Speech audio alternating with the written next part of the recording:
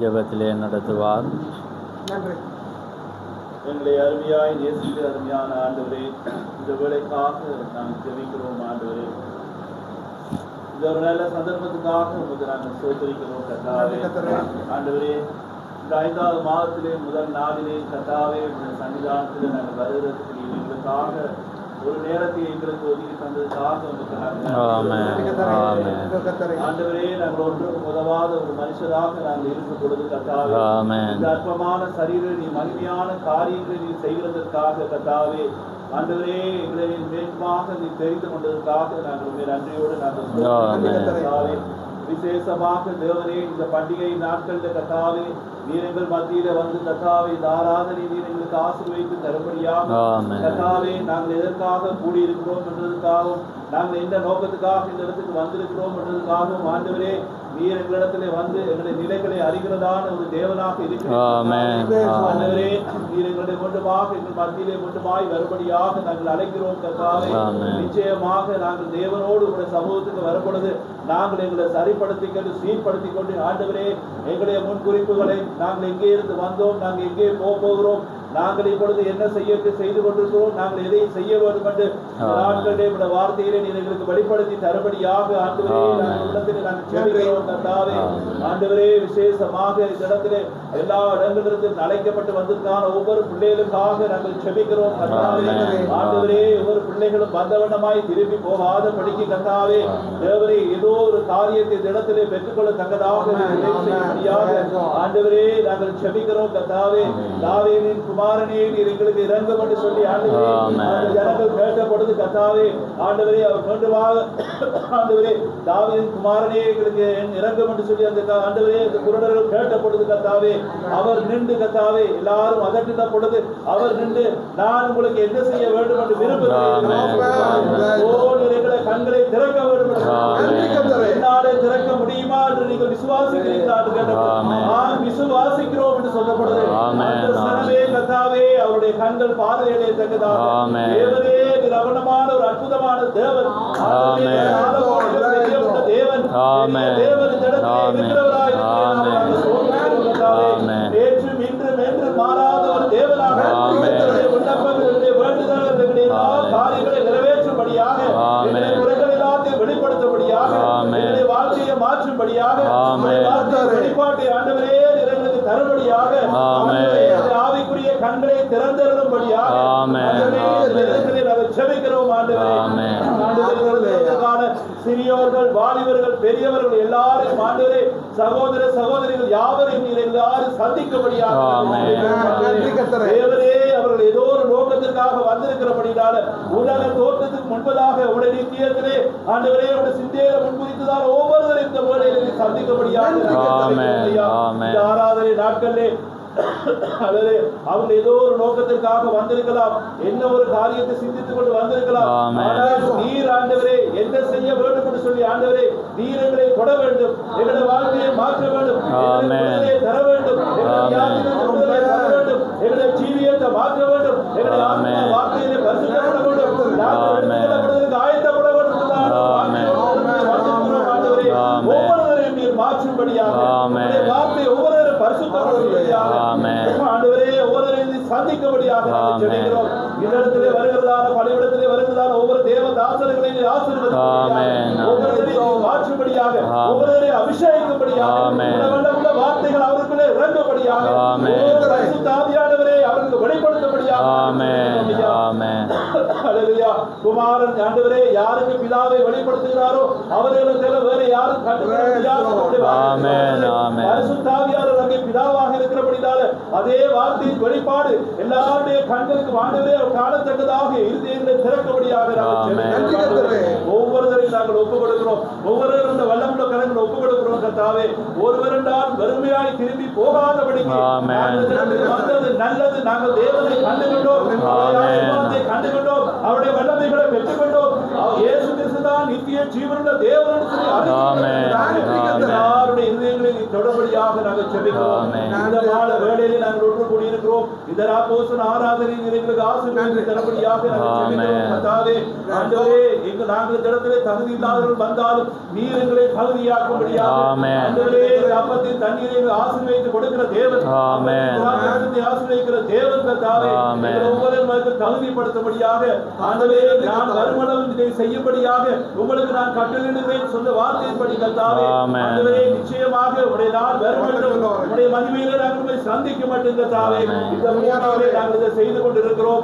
ஆண்டவரே இந்த ஜீவியத்தை உடைய வார்த்தைக்குள்ளாக எங்களை மாற்றி தரும்படியாக இந்த இடத்திற்கான தாசரை உடைய அபிஷேகத்தினால் அபிஷேகிக்கும்படியாக இந்த மாதங்களில் உடைய வார்த்தையை எங்களுக்கு தரும்படியாக ஆண்டவரே இந்த முதல் நாளில் உடைய வல்லமையின் அபிஷேகத்தை எங்களுக்கு தரும்படியாக இந்த கர்த்தர் உண்டு பண்ணுகிற நாள் இதில் நாங்கள் ஆண்டவரே மகிழ்ச்சியாக இருப்போம் என்று சொல்லுகிறோம். ஆண்டவரே இந்த நாளில் எங்களுக்கு ஆசீர்வதித்து தரும்படியாக ஒவ்வொரு பகுதியிலும் உடைய கரத்தில் ஒப்புக் கொடுக்கிறோம். நீர் ஆசீர்வதித்து நீர் எங்கள் மத்தியிலே வந்து அசைவாடும்படியாக அந்த சக்தியா மகிமையானது எங்கள் மத்தியிலே வந்து இறங்கும்படியாக எங்கள் ஒவ்வொருவருடைய வல்லமுள்ள கரத்தில் ஒப்புக் கொடுக்கும் வழி நடத்துவோம். புதியான காரியங்களுடைய கரத்தில் ஆமென் ஆமென். நாங்கள் நின்ற வண்ணமாகவே யோவேல் 1 அதிகாரம் 1 நாங்கள் 4 மட்டும் நாங்கள் வாசிக்க போகிறோம். யோவேல் 1 அதிகாரம் அதில் 1 4 மட்டும் நாங்கள் வாசித்து நாங்கள் அமர்வோம். வாசி 1059 பக்கம் பழைய ஏற்பாடு 1059 பக்கம் 1 தொடக்கம் 4 மட்டும். பெத்துவேலின் குமாரனாகிய யோவேலுக்கு உண்டான கர்த்தருடைய வசனம். முதியோரே இதை கேளுங்கள், தேசத்தின் சகல குடிகளே செவிகொடுங்கள். உங்கள் நாட்களிலாவது உங்கள் பிதாக்களின் நாட்களிலாவது இப்படிப்பட்டது சம்பவித்ததுண்டா? இதன் செய்தியை உங்கள் பிள்ளைகளுக்கு தெரிவியுங்கள். இதை உங்கள் பிள்ளைகள் தங்கள் பிள்ளைகளுக்கும் அவர்கள் தங்கள் பிள்ளைகளுக்கும் சந்ததியாருக்கும் தெரிவிக்க கடவர்கள். பச்சை புழு விட்டதை வெட்டுக்கிளி தின்றது, வெட்டுக்கிளி விட்டதை பச்சை கிளி தின்றது, பச்சை கிளி விட்டதை முசுக்கட்டை பூச்சி தின்றது. ஆமென் ஆமென். பெத்துவேல்ගේ පුත්‍ර වූ යෝවේල් වෙතට පැමිණි ස්වාමීන් වහන්සේගේ වචනය. මහල්ලනි මේක අසාපාලා දේශයේ සියලුම වැසියනි කන් යොමු කරපල්ලා. නුඹලාගේ දවස්වල හෝ නුඹලාගේ පියවරුන්ගේ දවස්වල හෝ මෙබඳු දෙයක් සිද්ධ වේද? නුඹලාගේ දරුවන් ගැන ඒ ගැන කියා දීපල්ලා. නුඹලාගේ දරුවෝ තමුන්ගේ දරුවන්ටත් ඔවුන්ගේ දරුවෝ තමත් පරම්පරාවකට කියා දෙත්වා. පළගැටින් පණුවන් ඉතිරි කළ ඒවා පළගැටියෝ කෑවෝය. පළගැටියන් ඉතිරි කළ ඒවා කෙටි පළගැටියෝ කෑවෝය. කෙටි පළගැටියන් ඉතිරි කළ ඒවා කපල පළගැටියෝ කෑවෝය. ஆமென் ஆமென். யாவரும் அமர்ந்திருங்கள்.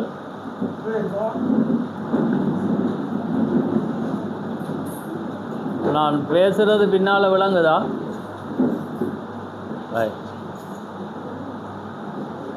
கர்த்தருடைய பரிசுத்த நாமம் மகிமைப்படுவதாக. ஆமென். இந்த ஒரு மனமகிழ்ச்சியான நேரத்திலே நாங்கள் சகோதரராக ஒன்று கூடி இருப்பதை குறித்து நான் மிக்க மகிழ்ச்சி அடைகிறேன். அதிக அசௌகரியங்கள் இருந்தாலும் கிறிஸ்துக்குள்ளாக நாங்கள் ஒன்று கூடி இருப்பதை குறித்து நாங்கள் மிக்க மகிழ்ச்சி அடைகிறோம். ஆமென். நாங்கள் அந்த சகோதரர் ஒருமித்து வாசம் பண்ணுவது எத்தனை நன்மையும் எத்தனை இன்பமானது என்பதை நாங்கள் அனுதினமும் ருசி பார்த்து வருகிறோம். மீண்டுமாக நாங்கள் எல்லாரும் இணையத்தக்கதாக தேவன் கிருபை செய்திருக்கிறார். ஆமென். வெக்கையாக இருந்தால் மன்னிங்க, ஏன்னா என்னட்ட கேட்கலாது. ஆமென். தேவன் உங்களுக்கு உதவி செய்வாராக. முடிந்தளவு நாங்கள் உங்களுக்கு உதவி செய்திருக்கிறோம். ஆமென். அதனால் கர்த்தர் உங்களை ஆசீர்வதிப்பாராக. வந்திருக்கிற அருமையான நல்ல ஊழியக்காரர் அனைவரும் வந்திருக்கிறீர்கள். நாளைய தினத்திலே அவர்கள் ஒவ்வொருவரும் உங்களுக்கான ஒவ்வொரு பகுதிகளை தருவார்கள். நீங்கள் கிறிஸ்துக்குள்ளாக நீங்கள் வார்த்தைகளை புசித்து நீங்கள் 3ஆம் நாள் கடந்து போகும்போது நீங்கள் ஒரு மகிழ்ச்சியோடு கர்த்தர் பேசினார் என்ற ஒரு நிச்சயத்தோடு கடந்து போவீர்கள் என்று நான் விசுவாசிக்கிறேன். ஆமென்.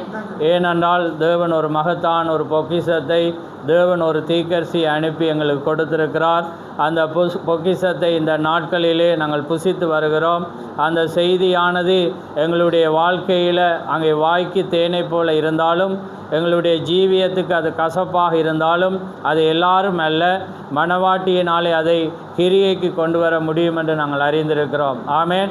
நிச்சயமாக அதுக்கு ஆக்கியோன் தேவனாயிருக்கிறபடினால், அதை மாற்றக்கூடியவர் அவராயிருக்கிறபடினால் உங்களுக்கு உதவி செய்வார் என்று நான் விசுவாசிக்கிறேன். அதனால் இப்படிப்பட்டதான ஒரு மகத்தான ஒரு நாளுக்காக நாங்கள் காத்திருந்தோம். நீங்கள் அநேகர் வராத ஒவ்வொருவரும் இந்த முறை இங்கே வந்திருக்கிறீர்கள். அதை குறித்து நாங்கள் மகிழ்ச்சி அடைகிறோம். அதனால் கர்த்தர் உங்களை ஆசீர்வதிப்பாராக. தொடர்ந்து தேவனுடைய கிருபை இருக்குமானால், தேவனுடைய வருகை தாமதிக்குமானால், தேவனுடைய கிருபைக்குள்ளாக ஒரே ஆவி ஒரே சரீரத்துக்குள்ளாக நாங்கள் ஞானஸ்தானம் பண்ணப்பட்டபடினாலே ஒரே ஆவி உங்களுக்குள்ளும் எனக்குள்ளும் இருந்தால் நிச்சயமாக எங்களை அவர் வழி நடத்துவார். ஆமேன். அவரே அங்கே சொந்தக்காரர், அவரே அந்த மகத்தான தலைவராயிருக்கிறபடினால் அந்த வார்த்தை மாத்திரம் எங்களை ஒன்றிணைக்க முடியும். ஆமேன். அதனால் இந்த அருமையான பொழுதிலே நாங்கள் ஒரு மகத்தான ஒரு ராப்போஜனத்துக்காக நாங்கள் வந்திருக்கிறோம். அந்த மகத்தான ராப்போஜனத்தோடு நான் உங்களை அழைப்பதன் நோக்கம் நீங்கள் அறிந்திருப்பீர்கள். நாங்கள் இந்த சபையில் நாங்கள் 8 வருடமாக தொடர்ந்து செய்கிறோம். அதே நேரம் 2012 நாங்கள் வெளியிடங்களிலும் ஒவ்வொரு இடங்களிலும் வெளிநாட்டு அங்கே சகோதரர்கள் வருகிற வேளையிலே நாங்கள் வைத்து வந்தோம். ஒவ்வொரு முறையும் நாங்கள் அங்கே துவங்கும் போது ஒரு மகத்தான ஒரு பந்தியோடு நாங்கள் துவங்குவது வழக்கம். ஏனென்றால் மீண்டும் நீங்கள் ராஜ்யத்திலே, தேவனுடைய ராஜ்யத்திலே நீங்கள் சந்திப்பீர்களானால் அங்கேயும் தேவன் அதை கொடுத்து தான் உங்களை வரவேற்பேன். ஆமேன். அப்படி தானே வேதம் சொல்கிறது. ஆமேன். அவர் சொல்ல ஆட்டுக்குட்டியானவரின் கல்யாணம் வந்தது, அவருடைய மனைவி தன்னை ஆயத்தம் பண்ணினாள். தேவன் என்ன செய்வார்? மீண்டும் நீங்கள் தேவனுடைய ராஜ்யத்துக்குள்ளே போகும்போது அங்கே ஒரு திருவிருந்தோடு தான் தேவன் உங்களை அழைப்பார். ஆமேன். அதனால் இந்த நேரத்திலே நாங்கள் அப்படிப்பட்ட ஒரு தகுதிக்காக எங்களை அவருடைய வார்த்தை தகுதிப்படுத்துகிறதா இருக்கிறது. இன்றைக்கி நீங்கள் எந்த இடத்துல நான் ராப்போஜனத்தை பெற தகுதி இல்லைன்னு கூட நீங்கள் வந்திருப்பீங்க. சில பேர் நான் தகுதி என்று நீங்கள் வந்திருப்பீங்க. ஆனால் தேவனுடைய வார்த்தை ஒன்றே உங்களை நியாயந்திக்கிறதா இருக்கிறது. தேவனுடைய வார்த்தை ஒன்றே இந்த யார் சரி பிழை என்பதை காண்பிக்கிறதா இருக்கிறது. அந்த வார்த்தை தான் உங்களை பலப்படுத்துகிறதா இருக்கிறது. அந்த வார்த்தை தான் உங்களுக்கு ஜீவனை கொடுக்கிறதா இருக்கிறது. ஆமேன். அதனால் ஒரு மகத்தான இந்த நேரத்திலே நாங்கள் ஒரு அருமையான ஒரு வேத பகுதியை நாங்கள் பார்த்தோம். இந்த அருமையான இந்த வேத பகுதியிலே நான் கொடுக்க போகிற தலையங்கம் சௌர சிநேகிதமும் மணவாட்டி மரமும். இந்த செய்தியை தீக்கசி மணவாட்டி மரம் திரும்ப அளிக்கப்படுதல் என்ற ஒரு செய்தியில் அவர் கொடுத்திருக்கிறார்.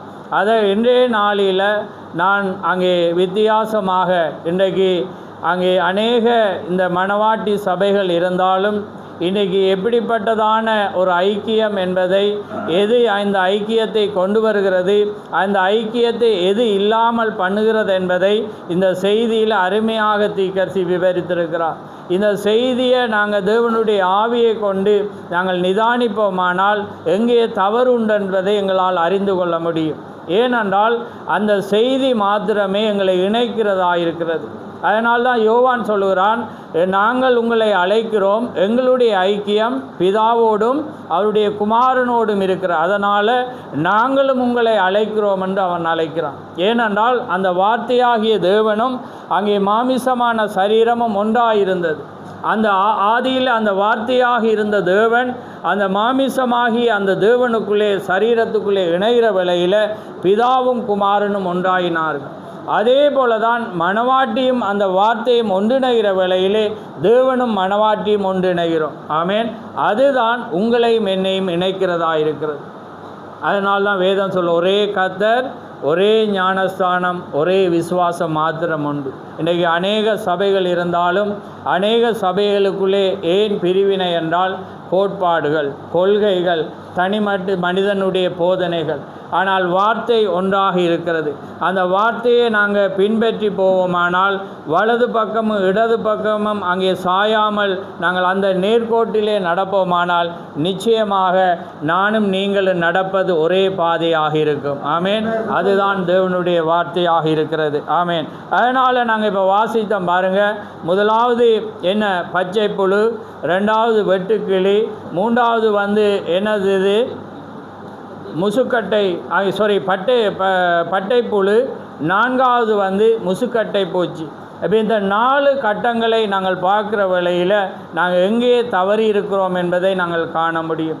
ஏனென்றால் தேவன் மீண்டுமாக ஒரு செய்தியை அனுப்புகிற வேளையில் அந்த செய்தியானது வற்புறுத்தி மீண்டுமாக அது திரும்ப அளிக்கிறதா இருக்கிறது. ஏனென்றால் இந்த ஊழியமானது திரும்ப அளிக்கப்படுகிறதா இருக்கிறது.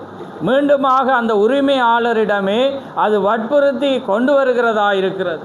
அதனால்தான் அது திரும்ப அளிக்கப்படுகிறது. இந்த 4 கட்டங்கள் கடந்து போய் அங்கே ஜீவன் அற்று போனாலும் தேவன் அங்கே அழைக்கிற வேளையிலே அது திரும்ப கொண்டு வருகிறது.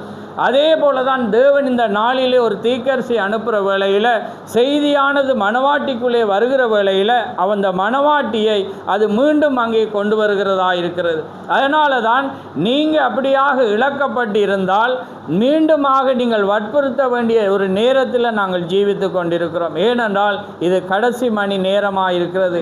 உலகத்தின் காட்சிகள், உலகத்தின் சம்பவங்கள், வார்த்தை எல்லாமே நிறைவேறி கொண்டிருக்கிறதை நாங்கள் பார்க்கிறோம். ஆமேன். அதனாலே நிச்சயமாக விசுவாசிக்கிறீர்களா? நாங்கள் இறுதி நேரத்திலே நாங்கள் இருக்கிறோம். வார்த்தை மாத்திரம்தான் எங்களை அடையாளம் காண்பிக்க முடியும். அந்த வார்த்தை மாத்திரம்தான் எங்களை ஒன்றிணைக்க முடியும். அப்போ பாருங்கள், இந்த முதலாவது பாருங்கள், மணவாட்டி மரம். எப்பயுமே உங்களுக்கு தெரியும், ஒரு கிறிஸ்தவன் மரத்துக்கு அடையாளமாக இருக்கிறான். ஆமேன். நீங்கள் அதை சங்கீதத்திலே வாசிக்கலாம். நீர்கால்களின் ஓரமாய் நடப்பட்டு தன் காலத்தில் தன் கனியை தந்து இலையுறாதிருக்கிற மரத்தை போலிருப்பான், அவன் செய்வதெல்லாம் வாய்க்கும். ஏதேன்லேயும் பார்க்குற வேளையில் அந்த மரம் இருக்கிறது. அப்போ அந்த மரத்தை பார்க்குற வேளையில் அந்த மரமானது முதலாவது அங்கே பச்சை புழு எதை தின்றது? முதலாவது அது கனியை சாப்பிட்டது. அப்போ பாருங்கள், ஒரு மணவாட்டி மரம், அதான் தீர்க்கதரிசி சொல்லி, ஒரு மணவாட்டி மரத்தில் பிசாசு முதல் எண்ணத்தை அவன் சாப்பிட்டானண்டா பச்சை புலி. ஒரே மனிதன் 4 கட்டங்களில் வாரான். அப்போ பாருங்கள், முதலாவது கட்டத்தில் வந்த பச்சை புழுவானது முதலாவது சாப்பிட்டதே கனியை. அப்போ தேவன் ஒரு மணவாட்டி மரத்தை 9 கனிகளினாலே அவர் வடிவமைத்தாராம். அப்போ பாருங்கள், முதலாவது அந்த பச்சை புழுவானது அந்த கனிகளை சாப்பிட்ட பிற்பாடு என்ன இல்லை அந்த மரத்தில்? அது மரமாக இருந்தாலும் கனி இல்லாட்டி பிரயோஜனமற்றது. அங்கே இயேசு கிறிஸ்து என்ன செய்கிறார்? அத்தி மரத்தை பார்த்து அந்த கனி இல்லாதபடினால் அவர் என்ன செய்தார்? சபித்து போட்டார். அதனால்தான் அங்கே நல்ல கனி கொடாத மரமெல்லாம் வெட்டுண்டு அக்கினியிலே போடப்படும். அப்போ பாருங்கள், ஒரு மனிதன் ஒரு சபைக்கு, தீர்க்கதரிசி அந்த மரத்தை சபைக்கும் ஒப்பிடுகிறார், ஒரு மனிதனுக்கும் அங்கே ஒப்பிடுகிறார். அப்போ அந்த ஒரு மனிதனுக்குள்ளாக பாருங்கள், முதல் கட்டத்தில் அந்த பிசாசு வருகிற வேளையில் அது முதலாவது சாப்பிட்டது கனியை. அப்போ பாருங்கள், முதலாவது ஒரு மனிதனுக்குள்ளே கனி இல்லாட்டி அந்த மனிதன்ட்ட என்ன இல்லை? பிரயோஜனம் இல்லை. அதான் சொல்கிறார் தீர்க்கதரிசி சொல்கிறார், சகோதர சிநேகிதம், அதாவது சகோதர அன்பை அவன் முதலாவது எடுத்து போட்டான். அந்த அன்பு, சமாதானம், நீடிய சாந்தம், அந்த இச்சையடக்கம், இது எல்லாமே ஒரு மனிதனுக்குள்ளே எடுக்கிற வேளையில் எனக்குள்ளே சாந்தம் இல்லாட்டி நான் உங்களை சந்திக்கும் போது என்ன நடக்கும்? நீங்கள் உண்டை பேசக்குள்ள நான் உண்டை பேசுவேன். எங்களுக்குள்ள வாக்குவாதம் வரும், பொறுமை இல்லாது. அப்போ பாருங்கள், அந்த பிசாசானவன் ஒரு மணவாட்டி மரத்துக்குள்ளே அவன் முதலாவது அந்த கனியை சாப்பிட்ட பிற்பாடு அந்த மனிதன்ட கனி இல்லாட்டி அங்கே என்ன இருக்காது? சகோதர அன்பு இருக்காது. புரியுது அவங்களுக்கு? தீர்க்கதரிசி சொல்கிறார். ஆனால் தேவன் மீண்டுமாக அதை கொண்டு வருவதாக தேவன் வாக்கு கொடுத்துருக்கிறார். நீங்கள் இங்கே வந்ததனால் அதை நான் சொல்லல, அது எனக்குள்ளும் உங்களுக்குள்ளும் வர வேண்டிய ஒன்று. ஆமேன். அது வந்தால் தான் நாங்கள் தேவனுடைய ராஜ்யத்துக்குள்ளே நாங்கள் இழக்க முடியும். அப்போ பாருங்கள், முதலாவது அந்த பச்சை புழுவானது எதை சாப்பிட்டதண்டா? அது கனியை. ரெண்டாவது எதை சாப்பிட்டுச்சு? இலைய மரத்தினுடைய வெட்டுக்கிளி. அப்போ வெட்டுக்கிளியினுடைய அவங்களுக்கு கிரியை, அதனுடைய செயற்பாடு என்னன்னு தெரியும். வெட்டுக்கிளி இலையை தான் சாப்பிடும். அப்போ இலைய ஒரு மரத்தில் சாப்பிட்டா நீங்கள் அந்த மரத்துக்கு கீழே நீங்கள் என்ன இளைப்பாற முடியுமா? மரத்துக்கு கீழாக நீங்கள் நல்ல இணல் கொடுக்குதண்டு நீங்கள் என்ன செய்யலாம்? நீங்கள் உள்ளே இருக்கலுமா? இருக்கலாது. அப்போ பாருங்கள், ஒரு மனிதனுக்குள்ளாக கனி இல்லாமல் போகிறது. ரெண்டாவது கட்டத்தில் என்ன இருக்கிறது? இலை இல்லாமல் போகிற வேளையில் என்ன அங்கே இல்லாமல் போகிறது? தெய்வீக அன்பு, தெய்வீக சௌர சிநேகம் அங்கே இல்லாமல் போகிற வேளையில் அந்த மரத்தை நாடி போவீங்களா? நீங்கள் அந்த மரத்துக்கு கீழாக உங்களால் போக இயலுமா? போக இயலாது. அப்போ பாருங்க, அங்கே முதலாவது அவன் என்ன செய்தான்? கனியை சாப்பிட்டான். அதனால தான் இன்றைக்கி அநேக ஜனங்கள் இந்த மகத்தான இந்த செய்தியை தாங்கள் பிடித்து கொள்வதாக நாங்கள் நினைத்திருந்தாலும், நாங்கள் ஒருவரோடு ஒருவர் விரோதிக்கிறதற்கும், ஒருவரோடு ஒருவர் பொறாமையாக இருக்கிறதற்கும், ஒருவரை ஒருவர் நாங்கள் முந்திக் கொள்வதற்கும், ஒருவருக்கு எதிராக நாங்கள் பேசுவதற்கும் முதலாவது என்ன இல்லை? கனி இருந்தால், கனியை நீங்கள் வாசிங்க கலாத்தியரில், இதெல்லாம் இருந்தா முதலாவது அது சாப்பிட்டது. ஆவியின் கனியோ அன்பு, சந்தோஷம், சமாதானம், நீடிய பொறுமை, தயவு, நற்குணம், விசுவாசம், சாந்தம், இச்சையடக்கம்.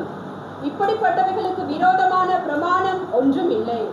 ஆமென், ஆமென். அப்ப பாருங்க, என்ன அந்த அன்பு, சாந்தம், இந்த பொறுமை எல்லாமே இல்லாமல் போகிற வேளையில் அந்த கனி அவன் சாப்பிட்ட பிற்பாடு அது வெறுமன மரம் மாத்திரம்தான்.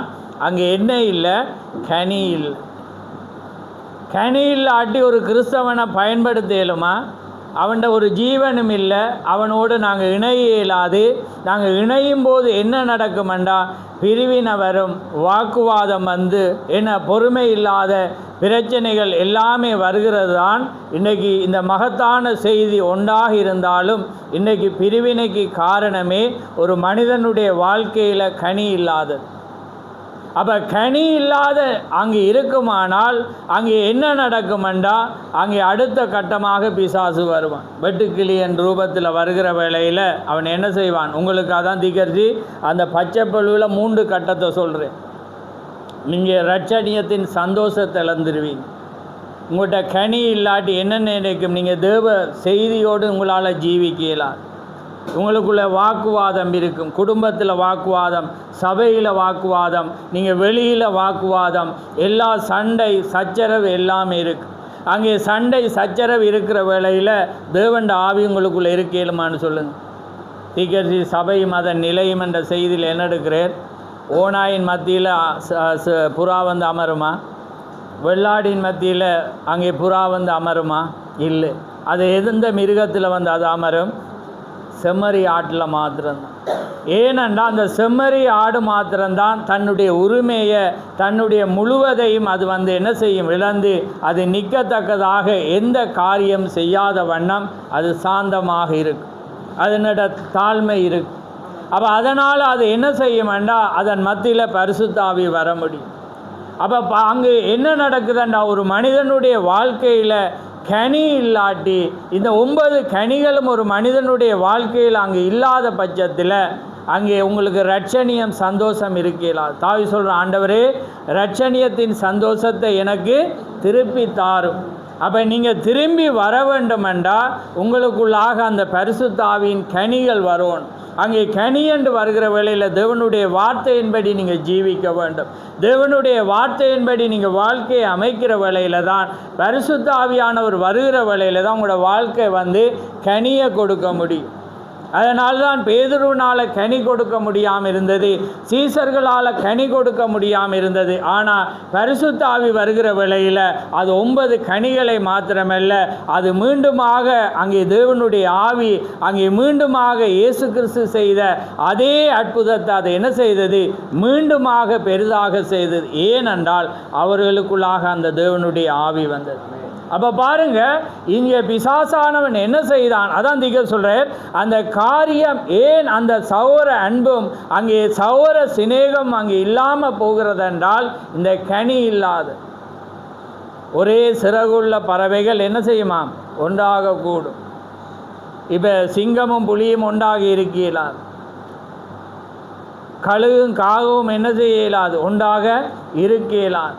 அப்போ அதே போல தான் ஒரே இனமாக, ஒரே வார்த்தை, ஒரே ஆவி உங்களுக்குள்ளும் எனக்குள்ளும் இருந்தால் தான் நாங்கள் என்ன செய்வோம்? ஒரே வார்த்தைக்குள்ளாக இருப்போம். உங்களிலும் மற்றவர்களை என்னவா நினைப்பீங்க?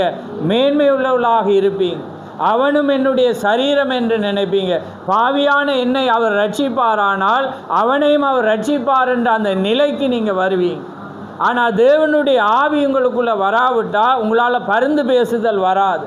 ஆண்டவரே அவனையும் ரட்சியும் என்று வராது. சுயநலம் உங்களுக்குள்ளே வரும். அதுதான் நீங்கள் முன்குறிக்கப்பட்டீங்க. வார்த்தை முன்குறிக்கப்பட்டு உங்களுக்குள்ளே வந்தால் மாத்திரம்தான் தேவனுடைய வார்த்தையானது உங்களுக்குள்ளே வரும். அதான் நான் கடந்த வாரம் செய்தி எடுத்தேன். தீகர் சொல்கிறார், ஒரு மனிதன் கிறிஸ்தவனாக இருக்க வேண்டுமென்றால் தேவன் பிதாவானவர் அவனை இழுத்து கொள்ள வேண்டும். பிதாவானவர் ஒருவனை இழுத்து கொள்ளாமல் எந்த மனிதனும் ஒரு கிறிஸ்தவனாக ஜீவிக்க முடியாது. அவன் தான் ஒரு கிறிஸ்தவன் என்று அழைத்து கொண்டாலும் அவன் ஒரு நடிகனாக மாத்திரம்தான் இருப்பான் ஒழிய அவனால் கிறிஸ்தவனால் ஜீவிக்க முடியாது. கிறிஸ்துவனுடைய ஆவியை வெளிப்படுத்த முடியாது. கிறிஸ்துவை அவன் காண்பிக்க முடியாது. ஏனென்றால் தேவனுடைய ஆவி இல்லாமல் ஒருவனும் கிறிஸ்துக்குள்ளே நிலைத்து நிற்க முடியாது. அதனால்தான் திகர் சொல்ல, நீங்கள் முதலாவது தெரிந்து கொள்ளப்பட்டிருக்கோம். நீங்கள் தெரிந்து கொள்ளப்பட்டாதான் தேவனுடைய அழைப்பு வரும். அழைத்தாதான் தேவன் அபிஷேகம் பண்ணுவார். அபிஷேகித்தாதான் நீங்கள் பொருத்தப்பட முடியும். அதனால்தான் தாவீது தெரிந்து கொள்ளப்பட்டு அழைக்கப்பட்டு அபிஷேகிக்கப்பட்டு பொருத்தப்பட்டான். எந்த ஸ்தானத்தில்? அங்கே ராஜா என்னும் ஸ்தானம். அதே போல தான் நீங்கள் மணவாட்டி என்று நீங்கள் தெரிந்து கொள்ளப்பட்டிருந்தால் தான் நீங்கள் என்ன செய்யப்படுவீங்க? அழைக்கப்படுவீங்க. அழைக்கப்படுகிற என்பது நான் உங்களை அழைக்கிறேன். இந்த பூமியில் எந்த மனிதன் தேவனுடைய அழைப்பு வரும். அப்போ உங்களுக்கு தெரியும், தேவன் என்னை ஒரு பாகமாக, தேவன் என்னை ஒரு நோக்கத்துக்காக அழைத்திருக்கிறார் என்ற அந்த நிச்சயம் வரும். தேவன் அழைத்திருந்தாதான் என்ன நடக்கும்? உங்களுக்குள்ள அபிஷேகம் வரும். அபிஷேகம் என்பது என்ன? பரிசுத்த ஆவி. உங்களுக்குள்ள அபிஷேகம் பரிசுத்த ஆவி வந்தாதான் நீங்கள் வார்த்தையோடு பொருத்தப்படுவீங்க. வார்த்தையோடு நீங்கள் ஒத்து போவீங்க. அதனால்தான் நாங்கள் முன்னுக்கு எழுதியிருக்கிறோம். யோவான் 10 அங்கே சீசர்களை பார்த்து இயேசு சொன்னார், நீங்கள் ஆதி முதலாய் என்னோடு கூட இருந்தபடினால எனக்கு சாட்சிகளாக இருப்பீர்கள். ஆதி முதல் என்னோடு கூட இருந்தபடினால நீங்கள் எனக்கு சாட்சிகளாக இருப்பீர்கள். அப்போ பாருங்கள், இன்றைக்கி நாங்கள் மீண்டுமாக வற்புறுத்தப்பட்டு இன்றைக்கி பிசாசிட்ட இழக்கப்பட்ட நிலையில் இருந்து நாங்கள் என்ன செய்யணும்? மீண்டும் வரோம்.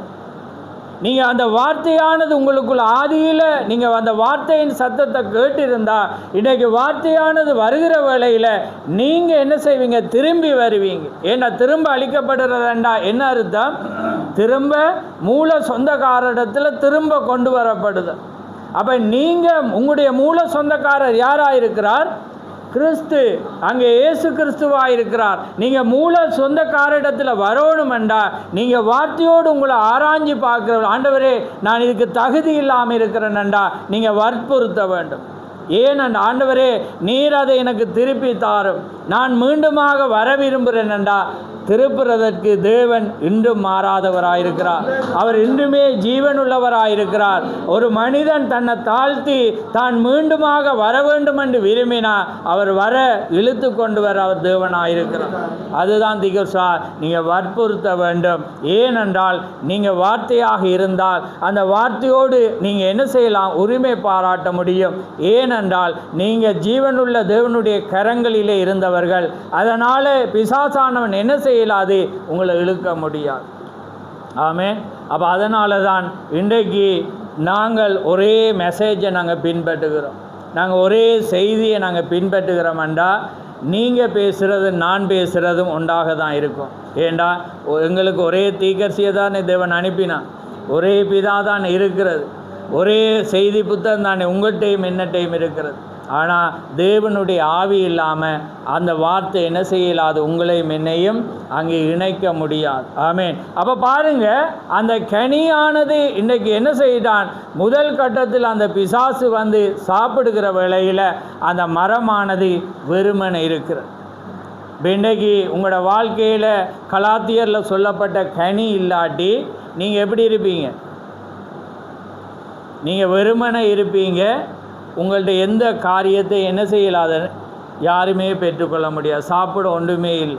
ஏன்னா இயேசு கிறிஸ்துவும் கனியை தேடி தான் அவர் வாரார். ஆமென். மீண்டுமாக அவர் வருகிற வேளையில் உங்களிடத்தில் கனி இருக்க வேண்டும். அப்போ பாருங்கள், அங்கே கனி இல்லாமல் போகிற வேளையில் அடுத்தது என்ன வருகிறது? இலை இல்லாமல் போகுது. ஏன்னா கனி இருந்தால் தான் இன்னொரு மனிதனை நேசிப்பீங்க.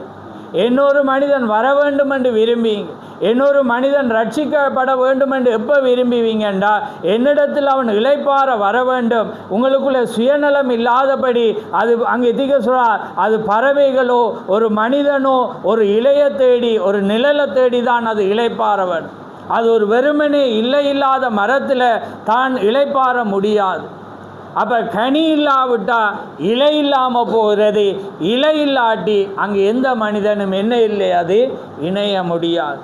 அதுதான் இன்றைக்கு இலங்கையில் மாத்திரமல்ல முழு உலகத்திலும் நடக்கிற காரியம். இன்றைக்கு எனக்குள்ளும் உங்களுக்குள்ளே அது இல்லாவிட்டாலும் அதே நிலை தான் ஏற்படும். ஆனால் இந்த கனி இருக்குமெண்டா நிச்சயமாக அங்கே இலை இருக்கும்.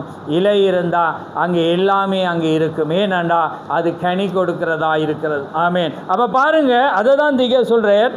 அந்த மணவாட்டி மரமானது என்ன செய்யப்பட்டது என்றால், முதலாவது அது சமாதானத்தை இழந்தது. உங்களுக்குள்ள வாக்குவாதம், அங்கே சமாதானமின்மை, சாந்தமின்மை, நீடிய சாந்தமில்லை, பொறுமை இல்லாட்டி என்ன நடக்குமெண்டா உங்களுக்கு சமாதானம் இருக்காது, இரட்சணிய சந்தோஷம் இருக்காது. அப்போ பாருங்க, இது எல்லாவற்றையும் தருகிறது. அதனால தான் நீங்கள் செய்திக்குள்ளாக நீங்கள் வந்தாலும், நீங்கள் சபைக்குள்ளாக வந்தாலும் ஏன் சமாதானம் இல்லாமல் இருக்கிறீங்கண்டா, நீங்கள் இழக்கப்பட்டுட்டீங்க. நீங்கள் இழக்கப்பட்டு இருந்தால் ஆண்டவர் தாவீதை போல நீங்கள் கேட்கணும், ஆண்டவரே இரட்சணியத்தின் சந்தோஷத்தை எனக்கு தாரும். கர்த்தருடைய ஆலயத்துக்கு போவோம் வாருங்கள் என்ற வேளையிலே நான் மகிழ்ச்சியாக இருந்தேன், மன மகிழ்ச்சியாக இருந்தேன் என்று அவன் சொன்னது போல உங்களுக்கு அந்த மகிழ்ச்சி மீண்டும் வர வேண்டுமெண்டா, உங்களுக்கு அந்த இரட்சணிய சந்தோஷம் வர வேண்டுமெண்டா தேவனால் மாத்திரம் அது கொடுக்க முடியும். அப்போ அந்த கனி இல்லாட்டி உங்களுக்கு சமாதானம் இருக்காது, சமாதானம் இல்லாட்டி இரட்சணிய சந்தோஷம் இருக்காது. நீங்கள் வெறுமனே ஒரு மனிதனாக வருவீர்கள், வெறுமனே மனிதனாகவே போவீர்கள். யாருமே உங்களை விடுதலையாக்க முடியாது. ஆமேன். அதனால தான் திகர் சொல்றார், நீங்கள் தேவனிடத்தில் சரணடைய வேண்டும். ஏண்டா அவர் மாத்திரமே மாற்றக்கூடியவர். அதனால்தான் பிரசங்கி சொல்கிறான், கோணலாக்கினதை நேராக்கத்தக்கவன் யார்? தேவன் நேராக்கினதை கோணலாக்கத்தக்கவன் யார்? பாருங்க, அவரே அங்கே சொந்தக்காரர், அவரே அந்த உரிமையாளராயிருக்கிறார். அவரால் மாத்திரம்தான் என்ன செய்யுமெண்டா அதை மாற்ற முடியும். ஆமேன். அப்போ பாருங்க, அந்த வார்த்தையானது, அப்போ அங்கே பிசாசு என்ன செய்கிறான்? முதல் கட்டத்தில் அவன் பச்சை புழுவாக வாரான், கனியை சாப்பிட்றான். அப்போ அதுதான் இன்றைக்கு ஒரு மனிதன். நீங்கள் சாதாரணமாக நீங்கள் பின்வாங்கி போக முடியாது. உங்களோட வாழ்க்கையில் கனி இருந்தால் நிச்சயமாக வந்து நீங்கள் மரமாக இருப்பீர்கள். ஏனென்றா உங்களிடத்தில் அந்த பரிசுத்த ஆவி இருக்கிறது.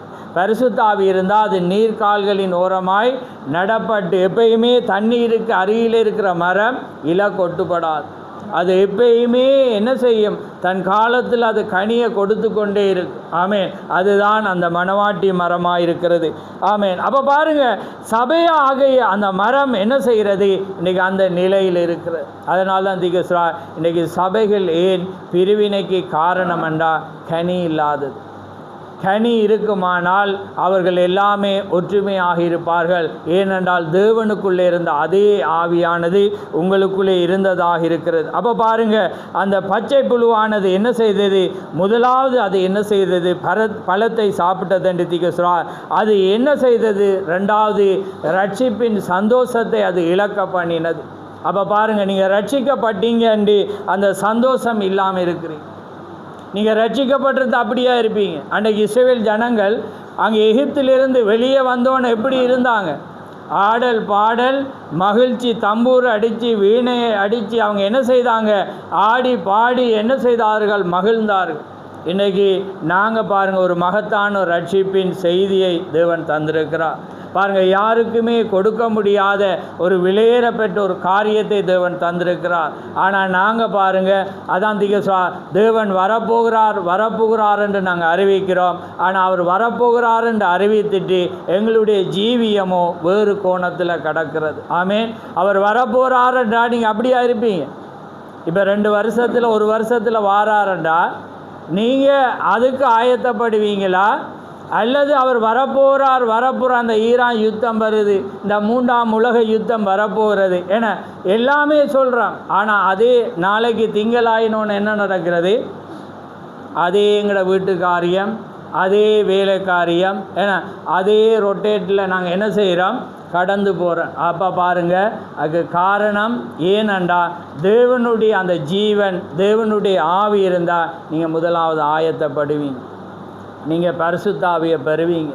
நீங்கள் பரிசுத்த ஆவியை பெறாதவங்களாக இருந்தால் பலிபீடத்துக்கு முன்னால் வந்து கதறுவீங்க, ஆண்டவரே யாக்கோபு போல், ஆண்டவரே நீர் என்னை தொட்டால் ஒழிய நான் உம்மை விட மாட்டேன். தீகர் சொல்கிறார், நீ ஆண்டவரே நீங்கள் அந்த பரிசுத்த ஆவியை முதல் பெறுங்க, ஏனென்றா அவர்தான் வழிகாட்டி. ஆமேன். அவர்தான் ஆலோசனை கத்தவர், அவர்தான் நித்திய ஜீவனை கொடுக்க முடியும். பிதாவானவர் உங்களுக்குள்ளே இல்லாவிட்டால் நீங்கள் நித்திய ஜீவனை பெற முடியாது. நித்திய ஜீவன் இல்லாட்டி நீங்கள் தேவனுடைய ராஜ்யத்தில் நீங்கள் பிரவேசிக்க முடியாது. அப்போ பாருங்கள், நாங்கள் எவ்வளோ காரியத்தில் நாங்கள் இருக்கிறோம். ஆனால் இந்த செய்தியானது அங்கே எல்லா காரியங்களையும் கடந்து நாங்கள் எந்த நிலையில் இருக்கிறோம் என்பதை நாங்கள் அறிந்து கொள்ள வேண்டும். ஆமேன். நாங்கள் எந்த நிலையில் நாங்கள் இருக்கிறோம். நாங்கள் ஒரு வேளை நாங்கள் தேவனுடைய வார்த்தைக்கு மேலதிகமாய் நாங்கள் மேலே அல்லது விலகி இருந்தால் நாங்கள் மீண்டும் வர வேண்டிய நேரம். ஆமேன். ஏனென்றால் தேவனால் தெரிந்து கொள்ளப்பட்டவங்களை தேவன் கூட்டி சேர்க்கிற நேரமாக இருக்கிறது, அது இழுத்து கொள்கிற நேரமாக இருக்கிறது. ஏனென்றால் அது மூல சொந்தக்காரரிடத்தில் அது மீண்டும் வர வேண்டிய ஒன்றாக இருக்கிறது. அதனால தான் பாருங்கள், ஆபிரகாம் அங்கே சாராள தன்னுடைய சௌரி என்று அழைத்தாலும் தேவன் அதை மறக்கீர். ஏனென்றால் அங்கே ஆபிரகாமுடைய மனைவி சாராளாக இருந்தபடினால இன்னொருவன் அதை பெற்றுக்கொள்ள முடியாது. அதே போல் நீங்கள் கிறிஸ்தனுடைய மனவாட்டியாக இருந்தால் பிசாசானவன் என்ன செய்யலாது, உங்களை தொட முடியாது. நீங்கள் மீண்டும் வர வேண்டும். அப்படியானால் நீங்கள் மனவாட்டியாக இருந்தால் நீங்கள் மணவாளனுக்கு ஏற்ற அந்த வஸ்திரத்தை, வார்த்தையை நீங்கள் தரித்து கொள்ளாமல் நீங்கள் ஏனோ தானோண்டு இந்த செய்தியை நான் பெற்றிருக்கிறேன், நான் இயேசு கிறிஸ்து நாமத்தினால் ஞானஸ்நானம் பெற்றிருக்கிறேன், நான் தீர்க்கதரிசியுடைய புத்தகத்தை வச்சிருக்கிறேன்டா எந்த பிரயோஜனம் இல்லை. இப்போ நாங்கள் ராப்போஜனத்தை பெற போகிறோம், இதை பெறுவதனாலும் ஒரு பிரயோஜனம் இல்லை. ஆனால் நீங்கள் வார்த்தையை ஏற்றுக்கொண்டு அதை விசுவாசித்து கொண்டு அந்த வார்த்தையின் வெளிப்பாடை நீங்கள் பெற்றுக்கொண்டு அங்கே பெறுகிற வேளையில் தான் அங்கே ஜீவனாக இருக்கிறது. ஆமேன். எப்பயுமே தேவன் வார்த்தையில் சமரசம் பண்ணுகிற தேவன் அல்ல. அவர் வார்த்தையை உரைப்பாரானால் அவர் மாற்றுகிற தேவன் அல்ல. அந்த வார்த்தையின்படி தான் நீங்கள் அவரை அணுக முடியும். அதான் தீர்க்க சொல், தேவனை அணுகும் விதம். நீங்கள் தேவனை அணுகணுமெண்டா அந்த வார்த்தையில் தான் நீங்கள் கடந்து போகணும். அந்த வார்த்தையில் நீங்கள் பிரவேசிக்காமல், வார்த்தையில் நீங்கள் நெருங்கி வராமல் நீங்கள் எந்த ஜீவனையும் நீங்கள் பெற முடியாது. ஆமேன். அதனால தான் தேவன் அந்த வார்த்தையை தந்து அப்போஸ்தலர்களுக்கூடாக தீர்க்கதரிசிகளுக்கூடாக அந்த வார்த்தையை தந்திருக்கிறார். நீங்கள் சபைக்கு வராமல் நீங்கள் பலப்படையலாம். நீங்கள் ஆங்கில வேதாமத்தில் பார்த்தீங்கன்னா அங்கே எபேசியர் 5 என்ன சொல்லுகிறது, அப்போஸ்தலர் அந்த அதை வாசிங்க.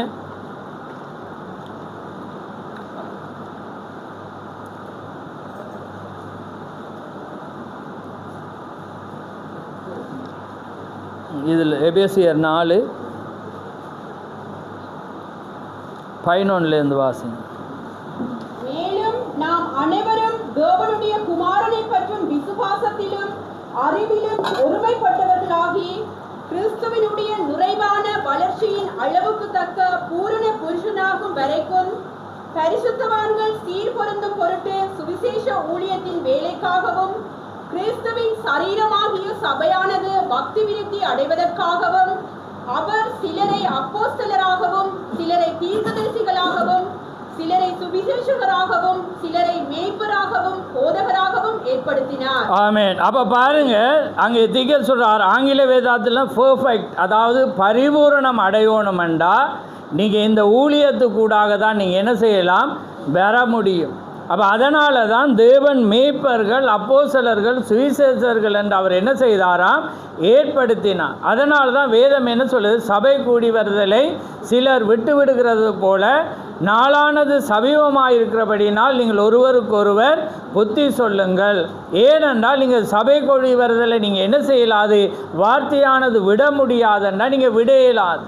நீங்கள் தேவனுடைய வார்த்தை இதுதான் வழி என்றால் அதில் தான் நீங்கள் நடக்க முடியும். நீங்கள் தேவனுடைய வார்த்தையானது ராப்போஜனமானது உங்களை தகுதிப்படுத்துறதுண்டா நீங்கள் அதை பெறாமல் நீங்கள் தகுதிப்படையலாது. நீங்கள் இப்போ இன்றைக்கு ராப்போஜனம் வரக்குள்ளே நீங்கள் என்ன செய்வீங்க, உங்களை தாழ்த்துவீங்க.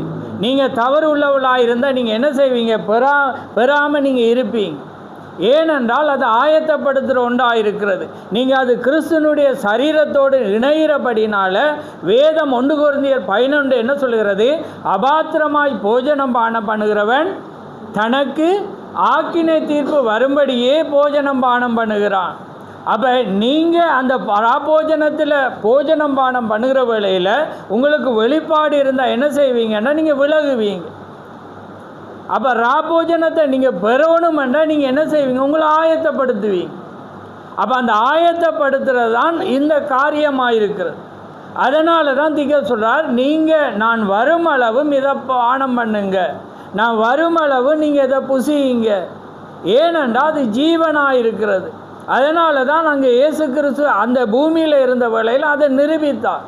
அன்றைக்கி இஸ்ரவேல் ஜனங்கள் வெளியே முதலாம் யாத்திரையில் வரக்குள்ளும் ராபோஜனத்துக்கூடாக, 2ஆம் யாத்திரையில் இயேசு கிறிஸ்து வர வேளையிலும் ராபோஜனத்துக்கூடாக அதே காரியத்தை தான் அவர் என்ன செய்கிறார்? மீண்டுமாக தீர்க்கதரிசியை தேவன் அனுப்புகிற வேளையில் தீர்க்கதரிசி அதே சாயங்காலத்தில் அவர் என்ன செய்தார்? அதே ராபோஜனம் அதே நேரத்தில் அவர் கடைசியாக மரிக்கிற வேளையில் அவர் கடைசியாக கொடுத்த செய்தியும் ராபோஜனமாக இருந்தது. ஏனென்றால் மீண்டுமாக நீங்கள் அங்கே சந்திக்கிற வேளையிலும் அவர் கொடுக்க போகிறது ராபோஜனமாக இருக்கிறது. அப்போ அதனால தான் நீங்கள் இந்த வார்த்தையை எல்லாமே நிறைவேற்ற வேண்டும். நீங்கள் வார்த்தையை நிறைவேற்றாமல் நீங்கள் என்ன செய்யலாது? தேவனுடைய காரியத்துக்குள்ளே நீங்கள் என்ன செய்யலாது? இணைந்து கொள்ள முடியாது. அப்போ அதனால தான் வேதம் என்ன செய்கிறது? அந்த வார்த்தையை நீங்கள் பின்பற்றணுமெண்டா நீங்கள் ஒவ்வொரு வார்த்தையின்படி நீங்கள் என்ன செய்யணும்? நடக்க வேண்டும். அந்த வார்த்தை வர்ற வேளையில் தான் அந்த வார்த்தை உங்களை மாற்றும். அதான் அது கனிக்கு அடையாளமாக இருக்கிறது.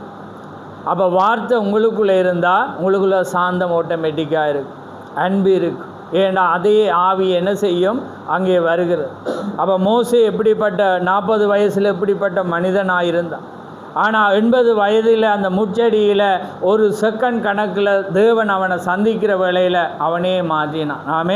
அவர் எங்கள் தேவன் சொல்கிறார், நீ அந்த ஜனங்களை விட்டு நீ என்ன செய்? முரட்டாட்டம் உள்ள ஜனங்களை விட்டு நீ வெளியே வா. அப்போ அவன் மோசே என்ன சொன்னான்? ஆண்டவரே, நீ என்ன தாண்டி என்ன உம்முடைய ஜீவ புஸ்தகத்திலிருந்து என்ன நீர் என்ன செய்யும்? கிறுக்கி போடும். நீர் முதலாவது என்ன கிரி. அப்போ தேவன் என்ன சொன்னான்? அவன் பாவம் செய்ததுக்கு நான் ஏன் உண்ட பேருக்கு இருக்கணும். ஆனால் அவர் என்ன சொன்னார்? நான் உனக்காக நான் அவர்களை நான் மன்னிக்கிறேன், ஆனாலும் நான் விசாரிக்கிற நாளில் அவருடைய பாவங்களை நான் விசாரிப்பேன். அப்போ பாருங்கள், எப்படி மோசைக்கு எதிராக முரட்டாட்டம் பண்ணினாங்க, மோசைக்கு எதிராக நின்றாங்க, அவனை காரி துப்பினாங்க, கொலை செய்ய வெளிக்கிட்டாங்க. ஆனால் பாருங்கள், தேவனுடைய ஆவி இருந்தபடினால அவன் பரிந்து பேசினான். இன்றைக்கி மனவாட்டிக்குள்ளே பரிந்து பேசாமல் என்ன நடக்கிறதுன்னா பிரிவினை. இப்போ இன்றைக்கி சில சகோதரருக்கு கதைக்கிற வேளையில் சௌரியோட எல்லாம் அவங்களுக்கு இப்படி ஒரு காரியம் நடக்கிறது இன்றைக்கி தான் அவங்களுக்கு தெரியும். ஏனென்றால் இந்த மெசேஜ் ஆனது பாருங்கள், ஒவ்வொரு நாளும் இந்த பிரிவினை, இப்படிப்பட்ட ஒரு சபை இருக்கிறது, இப்படிப்பட்டதான ஒரு ஊழியம் இருக்கிறது, இப்படிப்பட்டதான ஒரு காரியம் இல்லைண்டா ஒரு மனிதன் ஒரு ஐக்கியத்துக்குள்ளே கடந்து போகிறான்டா அவனை போகாதென்று தடை செய்ய இவ்வளோ வழிகள் செய்கிறார். புரியுது அவங்களுக்கு? ஏனென்றா அங்கே இது இருந்தால் இது இருக்காது.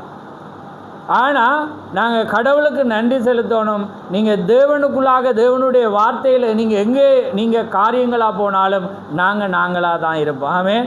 நீங்கள் எப்போ எங்கே மத்தியில் வந்தாலும் நாங்களாக தான் இருப்போம். ஏனென்றா அது என்னுடைய பலமும் அல்ல, என்னுடைய வெற்றியும் இல்லை, என்னுடைய ஞானமும் அல்ல, தேவன் எங்களுக்குள்ளே இருந்து நடத்துகிறதான் உங்களை நேசிக்க வைக்கிறதா இருக்குது. ஆமென். அதுதான் உங்களுக்குள்ளே இருந்தாலும் எனக்கு நீங்கள் அதை செய்வீங்க. ஆமென். அப்போ அதே காரியம்தான். அப்போ பாருங்கள், அந்த காரியமானது அங்கே மோசைக்குள்ளேயும் உங்களுக்குள்ளேயும் எனக்குள்ளேயும் வருமெண்டா நாங்கள் பரிந்து பேசுவோம், நாங்கள் மற்றவனை நாங்கள் நேசிப்போம், நாங்கள் மற்றவனை மன்னிப்போம், மற்றவனுடைய ஒரு ஐக்கியத்துக்குள்ளே போகக்குள்ள அவன் ஒரு காரியத்தை செய்யக்குள்ள நாங்களும் சேர்ந்து செய்வோம். ஏனென்றா அது எதுவும் இல்லை, எங்களுக்குள்ள அந்த கனி தான் அதை செய்ய வைக்கிறது. கனி இல்லாட்டி நீங்கள் சில வீட்டில் சண்டிதனம் உள்ள வீட்டுக்கு போவீங்களா? அங்கே போகல, அது ஒரு வாயாடி என்றுவீங்க, அங்கே போனால் பிரச்சனை தான் வரும். அப்படி தான் நீ சொல்லுவீங்களா இல்லையான்னு சொல்லு. அதே காரியம்தான் செய்தியில் எனக்குள்ளே அது இல்லாட்டி நீங்கள் அதை தான் சொல்லுவீங்க. அப்போ அதனால தான் சொல்கிறார், நீங்கள் ஒரு பிரசங்கம் வீட ஏறவணுமெண்டா நீ கோவப்படுகிறவனாக இருந்தால் நீ பிரசங்க படத்துக்கு ஏறக்கூடாதுன்ற சொல்கிறதா இல்லையா? வாசித்தவங்களுக்கு தெரியும். அவர் சொல்கிறேன், உனக்கு கோபம் வர்றதா இருந்தால் நீ பலிபீடத்துக்கு நீ ஏறக்கூடாது. நீ மன்னிக்க இயலாதவனாக இருந்தால் நீ அங்கே ஏற இயலாது. அதேக்கு மேலாக அவர் சொல்ற, நீ பரிசுத்த ஆவியை பெறையாட்டி நீ அங்கே போகவே இயலாது. அப்போ பாருங்க, அப்படிப்பட்டதான ஒரு காரியத்தில் இன்றைக்கி ஜனங்கள் ஒரு மாய்மால நிலை. ஏன்னா ஜனங்கள் வார்த்தையை வாசிக்கிறது. ஜனங்கள் நினைக்கிறார்கள் ஆன்லைனில் கேட்டாலும் அல்லது எப்படி கேட்டாலும் அல்லது எந்த யூடியூப்பில் கேட்டாலும் எந்த காரியத்தில் கேட்டால் சரியென்று நினைக்கிறார். தேவன் அங்கே வேதம் சொல்லுகிறது, உங்களுக்கென்று ஒரு சபை இருக்கணும், உங்களுக்கென்று ஒரு ஸ்தானம் இருக்கணும், உங்களுக்கென்று ஒன்று தான் இருக்கணும். நீ கண்ட இடத்துல எல்லாம் பலிகளுக்கு இயலாது. நான் கர்த்தராகிய தெரிந்து கொள்ள அந்த ஸ்தானத்திலே தான் நான் அதை அங்கீகரிப்பேன். அதோட மேலான வெளிப்பாடு இயேசு கிறிஸ்து. ஆனால் அந்த இயேசு கிறிஸ்து நாமத்தில் ஒன்று கூடுகிற ஒரு இடத்துல வராமல் அது வராது. புரியுதா உங்களுக்கு? நீங்கள் அந்த செய்தியை வாசிச்சிருப்பீங்க.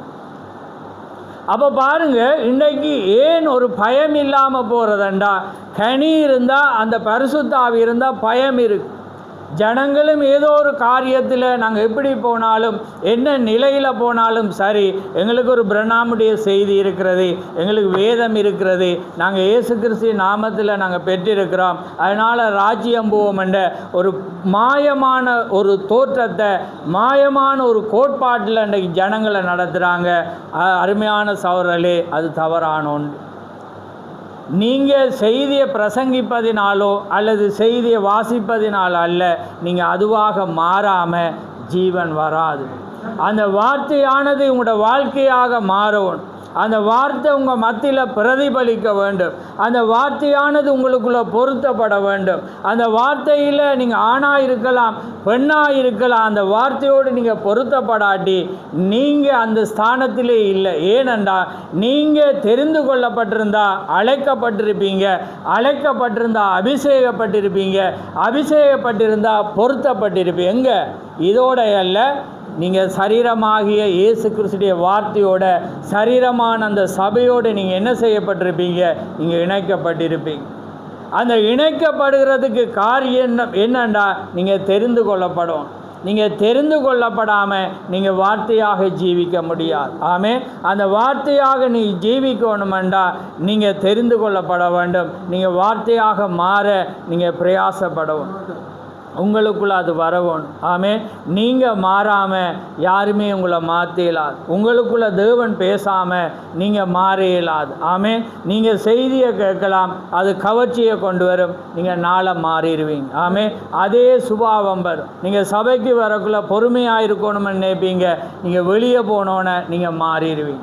ஆமென். உங்களுடைய அலங்காரங்கள் மாறும், உங்களுடைய வஸ்திரங்கள் மாறும், உங்களுடைய எல்லா செயற்பாடுகளும் மாறும். நீங்கள் இந்த பூமியில் ஒரு மேன்மையாக இருக்கணும் என்று விரும்புவீங்க. ஆனால் இயேசு கிறிஸ்துவுக்கு மேன்மையாக இருக்கணும், அவருக்காக நீங்கள் ஜீவிக்கணும் என்று விரும்ப மாட்டீங்க. ஆமென். நீங்கள் அந்த ஆவி இருந்தால் தான் நீங்கள் அவருக்காக வாழ்வீங்க. அதனால தான் இயேசு கிறிஸ்து பூமியில் வந்த வேளையில் அவர் தனக்காக வாழாமல் பிறனுக்காக வாழ்ந்தார். அதான் திகசுரா, அதுதான் நித்திய ஜீவனாக இருக்கிறது. அப்போ அதே நித்திய ஜீவன் உங்களுக்குள்ளும் எனக்குள்ளும் இருந்தால் நீங்கள் மற்ற சவுனுக்காக ஜீவிப்பீங்க. மற்ற சவுனுக்காக நீங்கள் என்ன செய்வீங்க? நன்மை உண்டாக நீங்கள் அதை என்ன செய்வீங்க? பிரயாசப்படுவீங்க. அதுதான் வேத வார்த்தை. இன்றைக்கு காலையில் அந்த ஒரு செய்தியை தான் பார்த்தேன்னா, நீங்கள் மற்றவருக்கு நன்மை செய்கிறீங்கன்னு வேதம் சொல்கிறது.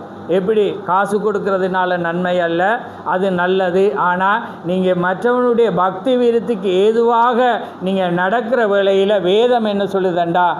நன்மை செய்கிறீர்கள். அப்போ பாருங்கள், ஒரு மனிதனுக்கு பக்தி விருத்திக்கு ஏதுவாக நீங்கள் நடக்கிற வேளையில் கூட அவனுக்கு நன்மை செய்கிறீர்கள். ஏனென்றால் அவன் உங்களை எதிர்பார்க்குறான். ஆமென். நீங்கள் ஜீவிக்கிற கூடாரமாக இருக்கிறீர்கள். ஆமென். அப்போ பாருங்கள், முதலாவது கனி இல்லை.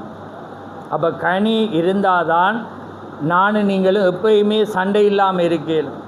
இல்லாட்டி நீங்கள் ஒன்றை சொல்லுவீங்க, நான் ஒன்றை சொல்லுவேன். எங்களுக்குள்ள பிரிவினம் வரும். நீ அங்கே போகாத, அது சரியில்லை, நீ இங்கே போகாத சரியில்லை, அது பிழையானது காரியம் என்று நாங்கள் என்ன செய்வோம்? இன்னொருவரை குறித்து நாங்கள் போதித்து கொண்டிருப்போம். ஆனால் நீங்கள் தேவனுடைய வார்த்தையை மாதிதம் போதித்து கொண்டிருந்தால் முன்குறிக்கப்பட்டவங்க என்ன செய்வாங்க? அந்த கண்டுபிடிப்பாங்க. ஆமேன்.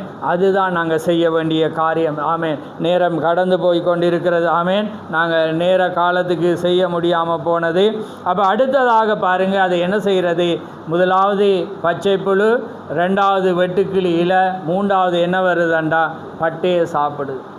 பட்டை இருந்தால் தான் என்ன செய்கிறது? அதில் அது ஜீவனை பாதுகாக்கிற ஒன்றாக இருக்கிறது. அப்போ பாருங்கள், அந்த பட்டை முதலாவது அது இல்லாமல் போகுது, ரெண்டாவது இலை இல்லாமல் போகிறது, மூன்றாவது என்ன செய்கிறது? ஜீவன் நாடியை பாதுகாக்கிற அந்த பட்டையானது இல்லாமல் போகிற வேளையில் அங்கே ஜீவன் என்ன செய்கிறது? கடந்து போகிற. பாருங்கள், கனி இல்லாட்டி தான் இது எல்லாமே நடக்கிறது. அதனால் நீங்கள் தேவனுக்குள்ளால் என்ன செய்ய வேண்டும்? கடந்து வரணுமெண்டா தேவனுடைய ஆவியை பெறணும். தேவனுடைய வார்த்தையை நீங்கள் பின்பற்ற வேண்டும். அந்த வார்த்தை தான் என்ன செய்ய முடியும்? அங்கே ஜீவனை கொடுக்க முடியும். அந்த வார்த்தை தான் என்ன செய்யும்? உங்களை மாற்ற முடியும். அந்த வார்த்தை தான் உங்களை பலப்படுத்த முடியும். அந்த வார்த்தையில் தான் ஜீவன் உண்டு. அதனால் தான் வேதம் சொல்லுது, அவர் வார்த்தையை அனுப்பி அவர் குணமாக்குற தேவன். அந்த வார்த்தையை நீங்கள் பின்பற்றுகிற வேளையில் அந்த வார்த்தை தான் உங்களோட பேச முடியும். அதான் திகஸ்ரா தேவன் வற்புறுத்தி அவர் திரும்ப அளிக்க அவர் விரும்புகிறார். ஆமேன். அப்போ நீங்கள் அந்த பழைய நான் ஒரு கிறிஸ்தவனாக வாழணும், நான் அதே நிலைக்கு மாறணுமெண்டா நீங்கள் வார்த்தையோடு தான் உங்களை பார்க்கும். உங்களோட உடுப்பை செய்தியோடு பார்க்கும், உங்களுடைய அலங்கரிப்பை செய்தியோடு பார்க்கும், உங்களுடைய அங்கே வாழ்க்கை முறையை வார்த்தையோடு தான் நீங்கள் பார்க்கும். ஏண்டா வார்த்தை என்பது இயேசு கிறிஸ்துவாக இருக்கிறார். அதான் சொல்கிறா, நீங்கள் இந்த வேதத்தை நீங்கள் வாசிக்கிற வேளையில் அங்கே இயேசு கிறிஸ்து வெளிப்படாட்டி திரும்ப திரும்ப வாசிங்க. ஏனென்றா இது இயேசு கிறிஸ்துவை பற்றிய வெளிப்பாடாக இருக்கிறது. அப்போ பாருங்கள், அவர் வார்த்தையாக இருக்கிறபடினால் நீங்கள் வார்த்தையை வாசிக்க வாசிக்க தான் அங்கே ஜீவன் உண்டாகும். அதான் வேதம் இரவும் பகலும் கர்த்தருடைய வேதத்தில் தியானமாக இருக்கிற மனுஷன் பாக்கியவான். அப்போ பாருங்கள், இரவும் பகலும் நீங்கள் கர்த்தருடைய வார்த்தையில்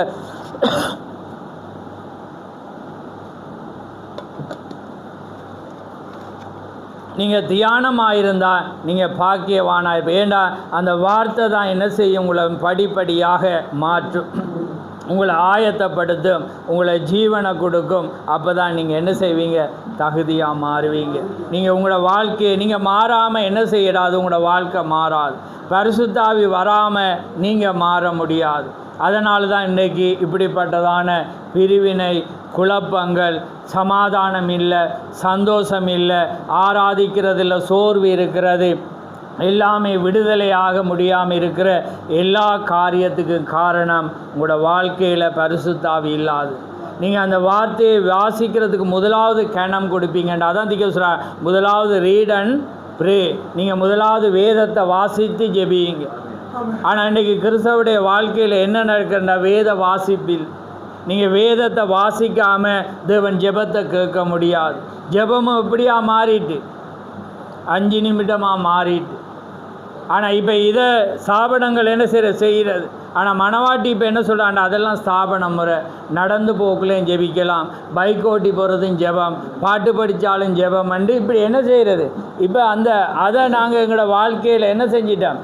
அப்படின்னு நினச்சிட்டோம். அது எல்லாமே என்ன நடக்குதுங்களை அறியாமலே பிசாசு என்ன சொல்கிறான்? நீ போகிறது சரி சரி சரியன்றான்.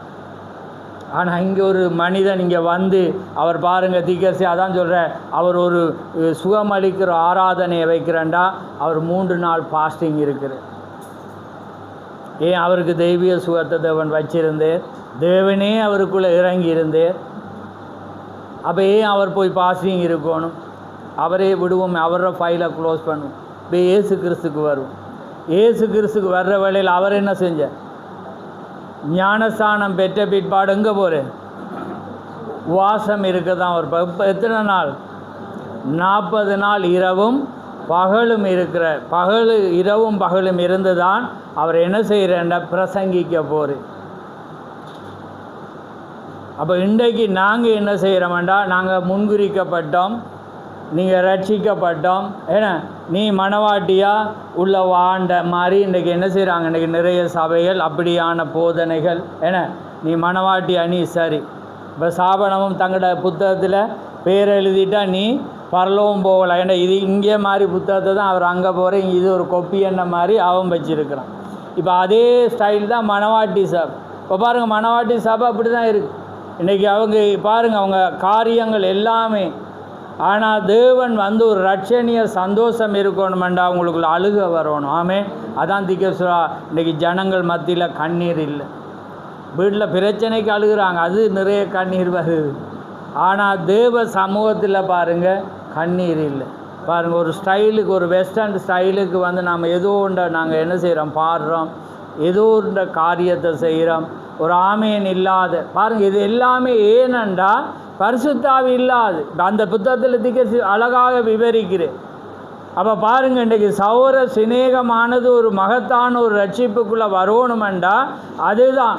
நானும் நீங்களும் கதைக்காமல் இருக்கிறோம்டா நாளைக்கு உங்களை கண்டோனங்களுக்குள்ள சந்தோஷம் வந்து அந்த கையை கொடுத்து ஒரு மகிழ்ச்சி வர்றேன்டா அதுதான் மன்னிப்பாக இருக்கிறது. ஆனால் இன்றைக்கி ஈரான் அமெரிக்கா மாதிரி இன்றைக்கி பாகிஸ்தான் மத்தியஸ்தம் வரணும். ஏன்னா மத்தியஸ்தம் வந்து அங்கே ஒஸ்லோ மாநாடு மாதிரி அங்கே ஒரு விருந்து வச்சு நல்ல ரூம் தந்து, ஏன்னா அவன்ட கோட்பாட்டில் ஒரு கை வச்சாதான் சமாதானம் என்று இன்றைக்கி மணவாட்டி, ஏன்னா இன்றைக்கி மணவாட்டியை விரும்புகிறாங்க. ஆனால் அது அல்ல வேதம், அது அல்ல.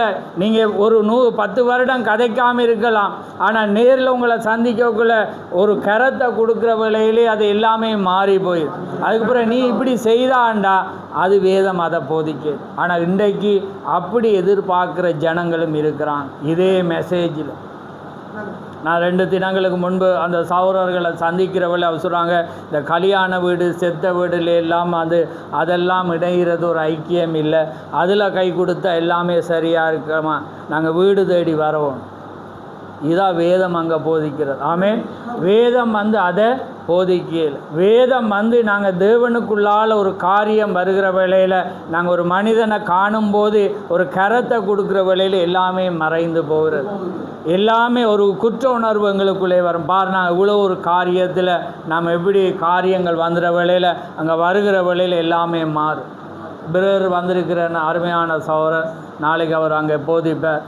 நானும் அவரும் யுத்தம் பண்ணாத யுத்தம் வந்து பெரிய யுத்தம், அது ஏன்னா அவருக்கு தெரியும். நான் அவ்வளோ வார்த்தையால் நம்ம காரியம் என்றாலும் நாங்கள் பேசிக்கொண்டாலும் இன்றைக்கி அவர் உள்ளே வருகிற வேளையில் எங்களுக்கு அதே இல்லை. அவரை நான் அதிக கணம் பண்ணணும் என்று நாங்கள் விரும்பி அதே போல் அதை ஏனென்றா அதுதான் ஒரு கிறிஸ்தவனுடைய வாழ்க்கையில் வரணும். ஒரு காரியம் வருகிற ஏனென்றா நாங்கள் யாருக்காக யுத்தம் பண்ணோன்னா தேவனுக்காக, வார்த்தைக்காக. அதில் மாமிச யுத்தம் வந்து எதுக்குமே உதவாது. ஆமேன், அது தனிப்பட்ட பகை காரியம். வார்த்தைக்காக, ஒரு வார்த்தைக்காக நாங்கள் யுத்தம் பண்ணுகிற வேளையில், நாங்கள் காரியங்களுக்குள்ளே வருகிற வேளையில் தேவன் எல்லாமே அவர் என்ன செய்வார், மாற்றுகிற தேவனாக இருக்கிறார். ஆமேன், அதே போல் தான் ஒவ்வொருவரும். ஏனென்றால் அதுதான் பரிசுத்த ஆவியாக இருக்கிறது.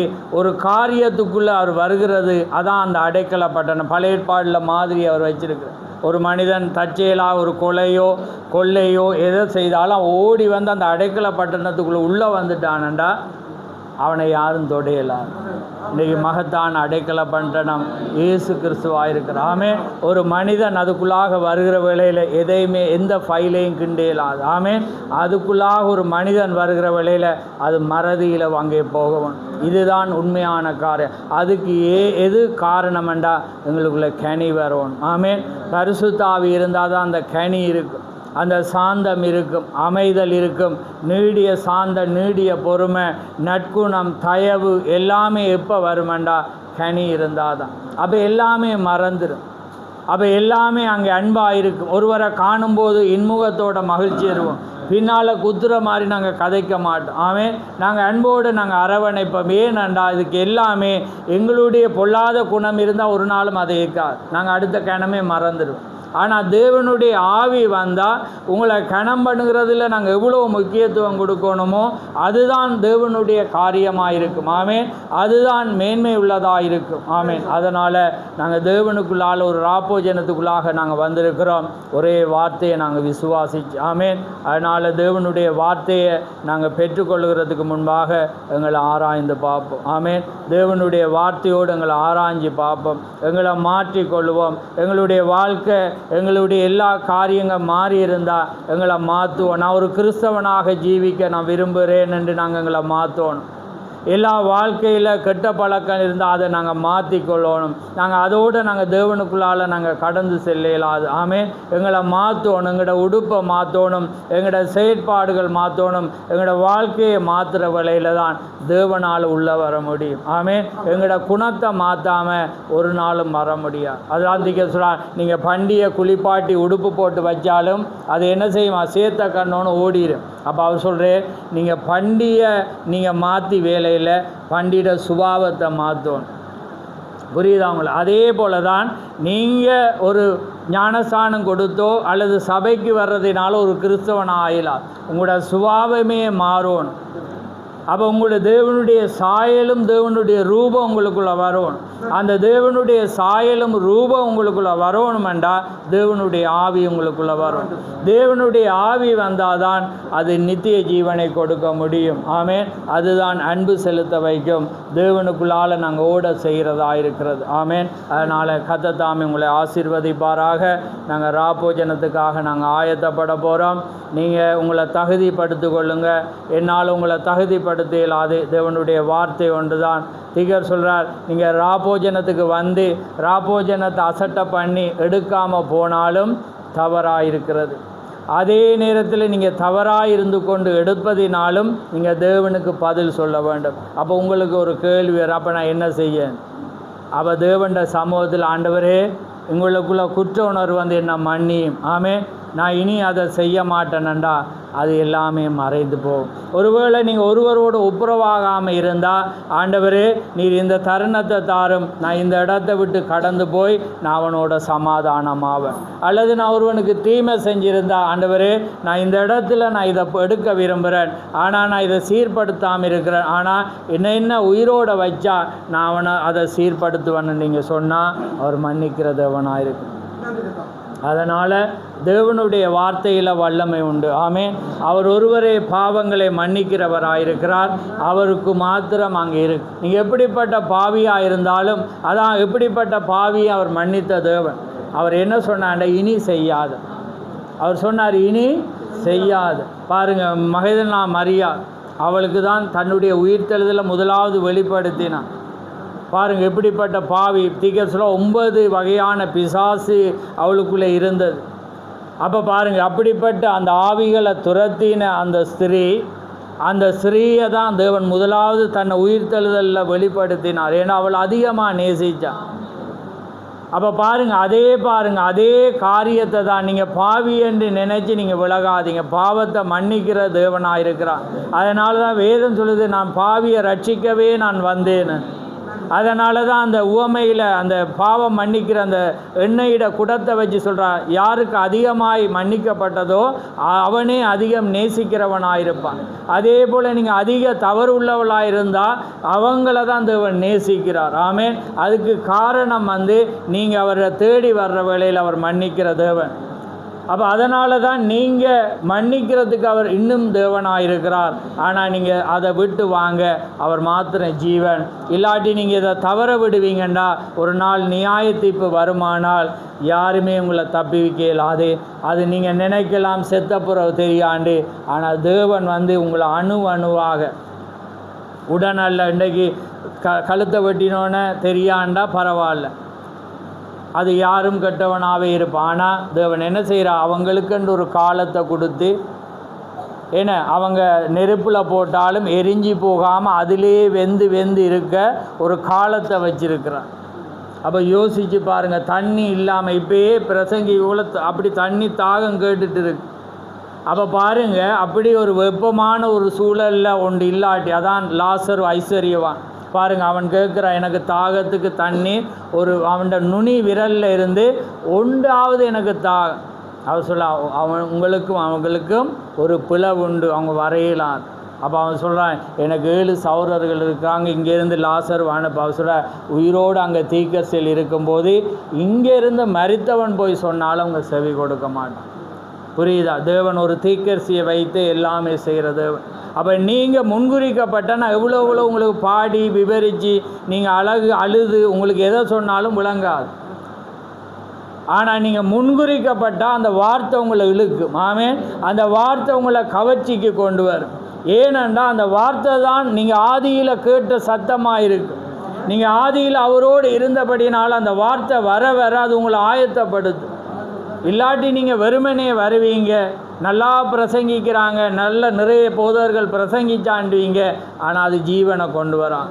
ஆனால் நீங்கள் ஆதி முதலாக அவரோடு இருந்தீங்கண்டா, உலக தோட்டத்துக்கு முன்பே அவங்களை முன்குறிச்சிருந்தால் அந்த வார்த்தை வர்ற வேளையில் உங்களுக்கு ஒரு கவர்ச்சியை உண்டாகும். அந்த கவர்ச்சி ஒரு ஜீவனை உண்டாக்கும். அப்போ அந்த ஜீவன் என்ன செய்யும்? நீங்கள் மீண்டுமாக வரத்தக்கதாக அங்கே தேவன் உங்களை வழி நடத்துவார். ஆமேன். அதனால் இந்த மகத்தான செய்தியின்படி நடங்க. தேவன் ஒரு அருமையான தீர்க்கதரிசியை கொடுத்து தேவன் இந்த செய்தி மணவாட்டியை ஆயத்தப்படுத்துகிற செய்தி. ஏன்னா இந்த ஆட்டுக்குட்டியானவரின் கல்யாணம் வந்தது அவருடைய மனைவி தன்னை நீங்கள் அவருடைய மனைவியாக இருந்தால் மட்டும்தான் ஆயத்தப்படுத்த முடியும். நீங்கள் அவருடைய மனைவியாக இல்லாட்டி உங்களால் ஆயத்தப்படுத்த என்னாலேயும் அதை செய்யலாது. ஆனால் அவருடைய மனவாட்டியாக இருந்தால் நீங்கள் தங்களை ஆயத்தப்படுத்துவீங்க, உங்களை தகுதிப்படுத்துவீங்க. உங்களுடைய எல்லா விதத்திலும் நீங்கள் என்ன செய்வீங்க? உங்களோட நற்சாட்சியை நீங்கள் காத்து கொள்ள விரும்புவீங்க. ஏனென்றால் அது பிறனுக்கு அந்த அவதூறை கொண்டு வரக்கூடாது, இடரலை கொண்டு வரக்கூடாதுன்றதுக்காக நீங்கள் என்ன செய்வீங்க? உங்களை காத்து கொண்டு நீங்கள் நடக்கிறவளாக இருப்பீங்க. ஆமேன். அதனால் கர்த்தர் உங்களை ஆசீர்வதிப்பாராக. நாங்கள் யாவரும் எழுந்திருப்போம். தேவனுடைய வார்த்தையை நாங்கள் வாசித்து நாங்கள் கடந்து போக போகிறோம்.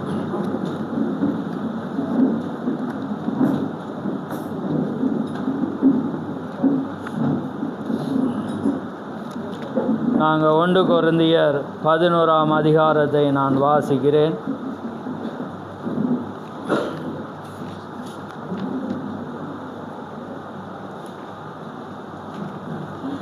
ஒன்று கொரிந்தியர் 11ஆம் அதிகாரம் 23ஆம் வசனத்திலிருந்து நான் வாசிக்கிறேன். நான் உங்களுக்கு ஒப்புவித்ததை கர்த்தரிடத்தில் பெற்றுக்கொண்டேன். ஆமேன். இதை எங்கேருந்து பவுல் பிரசங்கிக்கிறான்? கடவுள்கிட்ட இருந்து அங்கே பெற்றுக்கொண்டேன். என்னவெனில் கர்த்தராகிய இயேசு தாம் காட்டி கொடுக்கப்பட்ட அன்று ராத்திரியிலே அப்பத்தை எடுத்து சோஸ்திரம் பண்ணி அதை பிட்டு, நீங்கள் வாங்கி புசியுங்கள், இது உங்களுக்காக பிற்கப்படுகிற என்னுடைய சரீரமாயிருக்கிறது, என்னை நினைவு கூறும்படி இதை செய்யுங்கள் என்றார். போஜனம் பானம் பண்ணின பின்பு அவர் அந்தபடியே பாத்திரத்தை எடுத்து, இந்த பாத்திரம் என் இரத்தத்தினால் ஆகிய புதிய உடன்படிக்கையாயிருக்கிறது, நீங்கள் இதை பானம் பண்ணும் போதெல்லாம் என்னை நினைவு கூறும்படி இதை செய்யுங்கள் என்றார். பாருங்கள், நாங்கள் இதை பானம் பண்ணும்போது நாங்கள் அவருடைய மரணத்தை நினைவு கூறுறோம். என்ன எப்படி? ஆண்டவர் என்ற பாவத்துக்காக அவர் மரித்தார், அந்த பாவத்தினால் நான் ரட்சிக்கப்பட்டேன் என்று. ஆமென். ஆகையால் நீங்கள் இந்த அப்பத்தை புசித்து இந்த பாத்திரத்தில் பானம் பண்ணும் போதெல்லாம் கர்த்தர் வருமளவும் அவருடைய மரணத்தை தெரிவிக்கிறீர்கள். இப்படி இருக்க எவன் அபாத்திரமாய் கர்த்தருடைய அப்பத்தை புசித்து அவருடைய பாத்திரத்தில் பானம் பண்ணுகிறானோ அவன் கர்த்தருடைய சரீரத்தையும் இரத்தத்தையும் குறித்து குற்றமுள்ளவனாயிருப்பான். குற்றமுள்ளவனாயிருப்பான். எந்த மனுஷனும் தன்னைத்தானே சோதித்தறிந்து இந்த அப்பத்தில் புசித்து இந்த பாத்திரத்தில் பானம் பண்ண கடவன். அப்போ நீங்கள் ராப்போஜனத்தில் படுற வேளையில் நீங்கள் தான் உங்களை ஆராயும். ஆமென். நீங்கள் உங்களை சோதித்தறிந்து நீங்கள் எடுப்பீங்கண்டா அது ஆசீர்வாதம். என்னத்தினால் எனில் அபாத்திரமாய் போஜனம் பானம் பண்ணுகிறவன் கர்த்தருடைய சரீரம் இன்னதென்று நிதானித்து அறியாததினால் தனக்கு ஆக்கினை தீர்ப்பு வரும்படி போஜனம் பானம் பண்ணுகிறான். ஒருவேளை நீங்கள் தவறாக இருந்து கொண்டு, நான் தவறாக இருந்தாலும் அது ஒரு காரியம் அல்ல, நான் மனவாட்டியாக இருக்கபடி அவர் மன்னிக்கிறேன் என்று குற்ற உணர்வு இல்லாமல் நீங்கள் இதை பூசிச்சா உங்களுக்கு நீங்கள் என்ன செய்கிறீங்களா? நியாய தீர்ப்பை வருவிக்கிறீங்க. அப்போ நியாய தீர்ப்பு எப்படி வரும்?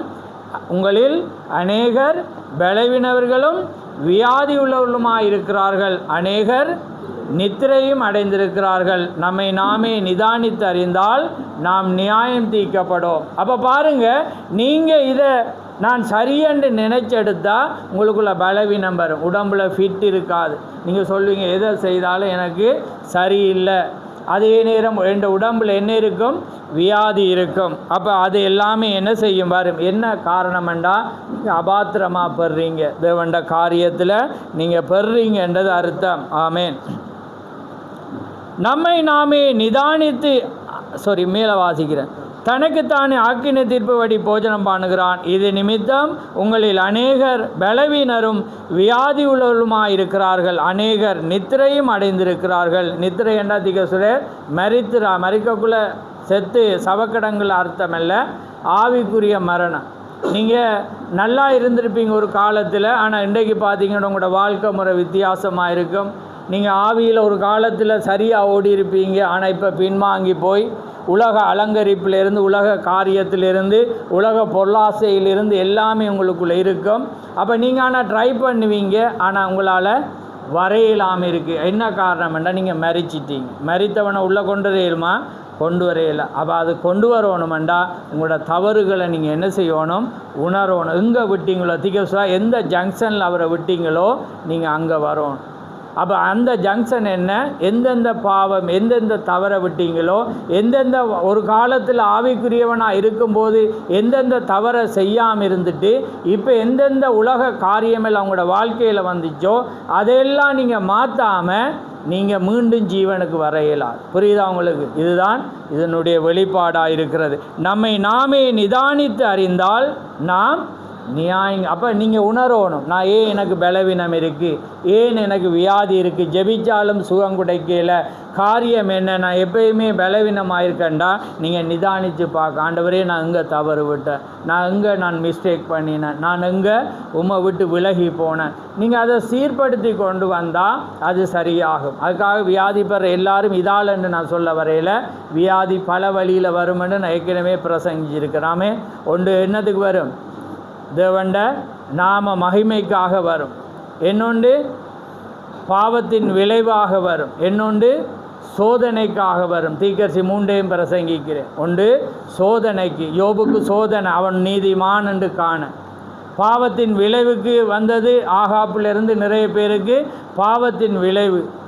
இன்னொருவனை சப்பானியா செவிடன் என்ன அவனை கேட்குறான். அவங்க கேட்குற, ஆண்டவரே, இவன் இப்படி பிறந்ததுக்கு இவன் முன்னோர் செய்த, தகப்பன் செய்ததோ, தாய் செய்ததோ, அல்லது இவன் செய்த பாவம்? தேவன் என்ன சொன்னேன்? தகப்பன் செய்த பாவம் அல்ல, தாய் செய்த பாவம் அல்ல, தேவனுடைய நாம மகிமைக்காகவே இவன் இப்படி பிறந்திருக்கிறான். அப்போ எப்படி என்று எங்களுக்கு தெரியும், ஆனால் உங்களுக்கும் தேவனுக்கும் அது தெரியும். ஆமென். நம்மை நாமே நிதானித்து அறிந்தால் நாம் நியாயம் தீர்க்கப்படும். நாம் நியாயம் தீர்க்கப்படும் போது நாம் உலகத்தோடு ஆக்கினைக்குள்ளாக தீர்க்கப்படாதபடி கர்த்தராலே சிட்சிக்கப்படுகிறோம். ஆகையால் என் சகோதரரே, நீங்கள் போஜனம் பண்ண கூடி வரும்போது ஒருவருக்காக ஒருவர் காத்திருங்கள். நீங்கள் ஆக்கினைக்கு எதுவாக கூடி வராதபடிக்கு ஒருவனுக்கு பசியாயிருந்தால் வீட்டிலே சாப்பிட கடவன். மற்ற காரியங்களை நான் வரும்போது நான் திடம் பண்ணுவேன். ஆமென். அதனால் நாங்கள் ஆயத்தப்பட போகிறோம். நாங்கள் வளமையாக எங்கள்கிட்ட சபையாக இருந்தால் நாங்கள் ஒரு நேரத்தை கொடுக்குறோம். ஏன்னா நீங்கள் சபைக்குள்ளே சில நேரத்தில் பிரிவினையாக இருப்பீங்க, ஒருவரோட கதைக்காமல் இருப்பீங்க, அல்லது தவறு. ஆனால் இது இவ்வளோ பேர் ஏன்னா நாங்கள் அந்த ஜனங்களை பார்க்கக்குள்ளே ஒரு மகிழ்ச்சியாக இருக்குது. 3 நிரம்பி இருக்காமே இது ஃபுல்லாக. அப்போ அப்படி பார்க்கக்குள்ள எல்லாரும் சொல்ல போனீங்கன்னா நாங்கள் இரவிரவாக நாங்கள் எடுக்க வேண்டி வரும். ஆமென். மகிழ்ச்சியாக இருக்கிறீங்களா? ஆமென். இது ஒரு சந்தோஷமான நேரம். அதனால் நாங்கள் ஒரு இந்த பாட்டு படிக்க போகிறீங்களா, இல்லது போட போகிறீங்களா? போடுங்க. போடுற வேளையில் நாங்கள் அப்பத்துக்காக நாங்கள் ஜெபித்து நாங்கள் ஒருவர்